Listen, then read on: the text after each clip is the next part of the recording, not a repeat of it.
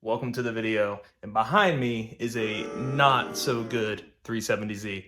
If you're new to the channel, welcome. My name is Matt. Behind me is a 370Z that I just picked up from auction. We'll see what happens getting into this project. Quite excited. As you can see, it definitely needs a lot of work, but we'll get it to where we need to. So just looking at this right off the bat, it looks like we have a pretty destroyed wing, headlight. Doesn't exist. I guess this is what's left of it, maybe? Was. Hood, pretty bad. Front crash bar. This is pretty bad, but it seems behind. There's no cracking, which makes me believe that the impact wasn't strong enough to actually crack that aluminum crash bar. And everything seems to be straight as of right now, just looking at the frame rails. So let's go ahead and pop the hood and see what it looks like underneath. With the hood popped, as you can see, we have the VQ motor, K&N intake it looks like. That's a nice little bonus upgrade. I'm not sure why that one's straight and this one's at an angle. Maybe that has to do with something to the impact. Maybe it was a previous owner installation. Either way, we'll look into that as time goes on. Looking up front here, have what was left of the washer fluid. Everything seems to have been pulled off, I guess. I don't know if that happened at the auction yard or whatnot. But again, kind of diving into this, everything, I don't see any ripple effect looking down at the frame rail, and as we get more of this stuff off, we'll see more damage that is below. The only thing I'm seeing as of right now is this inner structural piece, and just looking back through here, I'm not seeing any bends, any rippling effect. It appears as just the outer part of this channel that was bent inward. Even this mounting tab on the inside doesn't have seemed to have been impacted. Not seeing any crinkles up through here. So I have high hopes. I'm not an insurance company, so I might just bend this back out a little bit since all the tabs and everything still seems to be in the factory location.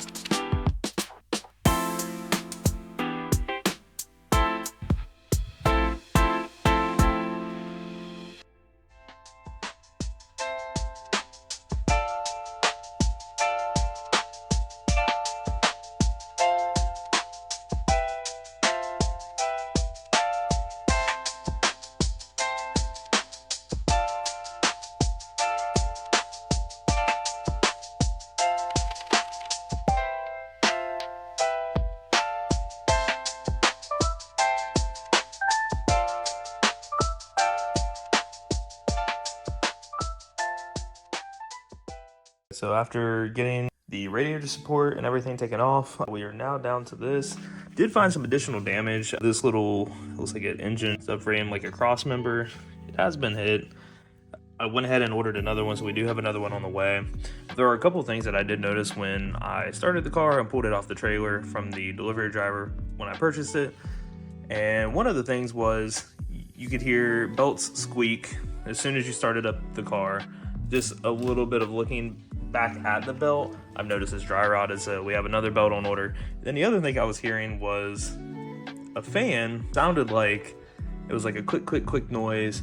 It definitely sounded like a radiator fan was pressing up against something. So after a little bit of research, we found that that radiator shroud had broken all the way, and you can see where the fan was rubbing up against it. So that's good that we figured out that.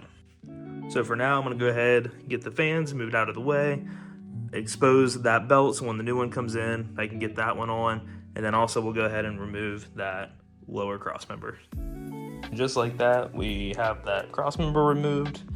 I think this is where we're gonna end the video. I made a lot of progress, got a lot of the damaged parts removed. We still have things on here like the fender, which is going to be replaced. I tried to be very minimalistic when removing parts. So as you can see, fans are still connected, just simply move them up out of here. The resting on the fender, which clearly I don't really care too much about. The bumper support. A lot of the stuff I just tried to move out of the way to kind of help the reassembly process, since I am trying to get this car done to take a road trip in a month or so. But for right now, we'll just go ahead and wait on parts, starting with the belt. Then we'll get the cross member added on and we will keep going with the project. That wraps it up for the video on the 370, at least the disassembly portion. The next video I put out is going to be putting it back together and just hopefully we don't run any issues, but we'll see what happens. And I'm really excited for this, honestly. I'm trying to get the car together to take a road trip within the next month or so, but we still have a lot to do. We have a fender, we have a bumper, we have to get painted. I have a surprise for the hood in store, so I'm really excited about that. And honestly, just sourcing parts. It's a 370, they quit making them, so I have to source a lot of parts via Facebook, eBay, whatever need be. So it was a bit of a process, but we're gonna get there. And as always, comment, subscribe, drop a like below if you like the video, and hope to see you again in the next one. Peace.